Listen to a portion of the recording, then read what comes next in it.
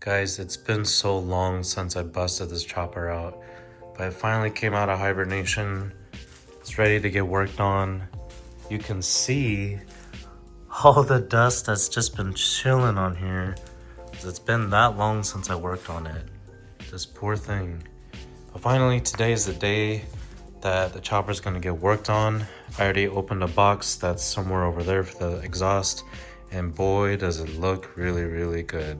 As you can see, I already did some unboxing. I didn't want to fully unbox it yet because I want to show you guys what is yet to come. So here's the exhaust.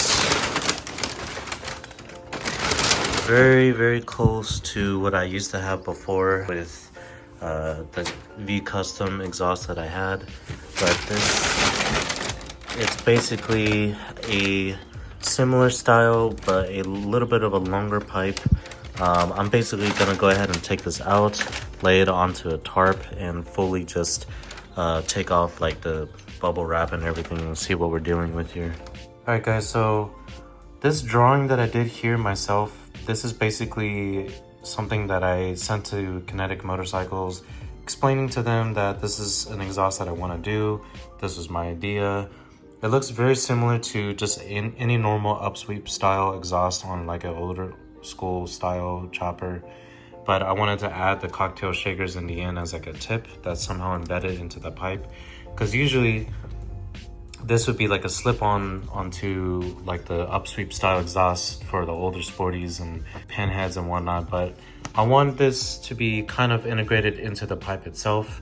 So I have yet to actually see the exhaust and how it was made, but this is just an idea that I wanted to have onto the chopper. Alright guys, from an image to reality.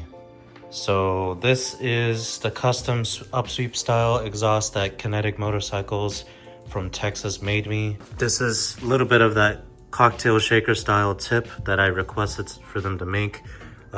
Looks really good. This is not, I have to admit, not 100% what I had in mind, but you know, it's growing on me. It looks really cool. This is definitely something that I have never seen before. The attention to detail actually is absolutely insane, and the fabrication skills that they have.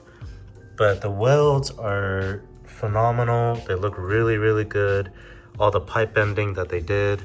Other than that, I mean, this may look very similar to the old style, which, you know, is basically what I had and what it looks like. But what really matters is that it's done right. So I'll get to that in a second, but another small detail I wanted to show you guys. So they laser etched Kinetic on there because that's their brand, and yeah, it looks really good. I hope that the locations of the O2 bungs are much better than the old exhaust that I had. The reason why I say that is because basically the location of where they were before on the old setup was kind of hindering on the block, meaning like if you're trying to take it off for, let's say, like a dyno tune, just the location of where the bungs are, you would have to move the whole exhaust to take off the O2 sensors and then put back the exhaust onto the block. So we'll see right now when I install it. Hopefully that's not the case. I hope that the design of that is a little bit better and the clearance as well. Other than that, the company reassured me that they back purged it. So just a very quick summary of what back purging is. You back purge an exhaust with a certain type of gas. And what that is that you basically like have a cup that goes on one side of the pipe. You inject it with gas, and what that does is that it helps seal the welds while you're welding on the outside of the exhaust. So basically, for example, we'll take this weld for an example. And let's say you're welding, you're injecting gas into the pipe while you're doing that. The purpose for that is that it'll help seal this exact weld, but on the inside. So over time with oxygen or carbon monoxide, whatever, it won't turn into like a gritty, sugary style type of like material, which over time ends up actually weakening the welds, and therefore it just falls off of the pipe or it starts to crack. Basically a lot of like deformation, deterioration of the welds start to happen. Obviously, that's a big no-no. That's actually exactly what happened to my old exhaust, and kind of honestly just fell apart. So I ended up just recycling my whole exhaust setup. It was really sad, honestly, to see that thing go. But at that point, you know, I didn't really care. I just wanted a solid quality build of an exhaust to where, you know, when I'm riding, I don't have any issues. This thing doesn't like fall off of me or whatever. So Kinetic really reassured me that qualityness for making this exhaust. But I'm gonna go ahead and start installing this exhaust onto the chopper, and hopefully all the installation goes really smoothly. All right, guys, hit a bit of a snag as usual. Trying to install the exhaust onto the chopper, but unfortunately it wasn't a full bolt-on. There's some issues with fitment. I'll go over that right now and discuss with you guys what I have to do next. Okay, so basically, just to give you guys a quick rundown. By the way, this looks really good on a bike. It looks phenomenal just with the little flare that they did on the tip and the welds and whatnot. It just looks fantastic on the chopper. Besides that point, there are a couple things that I had to do to make this somewhat work. So the first thing that I tried was actually having the rear passenger peg already on the bike, which currently is on the bike right now. I did have my front controls bolted onto the bike, and basically I wanted to see if everything would just work, essentially. I wouldn't have to take anything off to make this pipe go back on the bike. Unfortunately, that's not the case, even though the guys at Kinetic Motorcycles said I shouldn't have to take anything off. Fortunately, I do. So the solution that I have to do is basically get a new forward control mount. Unfortunately, this part of the mount was hitting.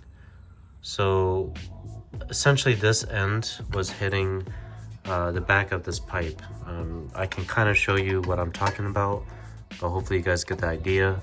But if that is roughly where this goes, this has to sit flushed more towards the inside of the bike, and you can see how already it's hitting the bike or the piping. So fitment issue with the front forward controls. I'm gonna have to get a new one. I believe this is OEM, but I'm gonna have to get a new forward control mount. Hopefully TC Bros, I know they sell a kit. Hopefully their kit has a better clearance for it. I'm gonna go ahead and give them a shot. But it just sucks I won't be able to use this one anymore. Thankfully, I'm able to get away with the rear pegs. So I tested this with this peg down, and it's very close, but it won't hit the pipe. It's actually very crazy as far as the clearance goes, but I think I'm in for the clear as far as the peg goes. Other than that, I believe my solution still sits that I have to get a new front forward control mount or peg, whatever you want to call it. Other than that, this is more or less kind of like fully bolted to the block. I have the bolts more or less almost fully tightened, both in the rear and in the front here.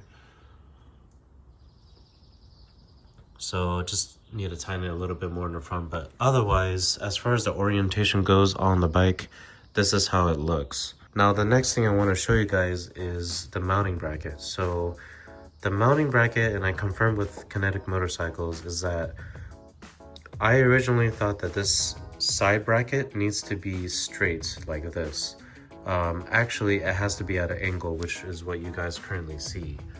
The reason for this is they were explaining to me that it has something to do with load distribution, to where it relieves some tension having the bracket sideways instead of straight,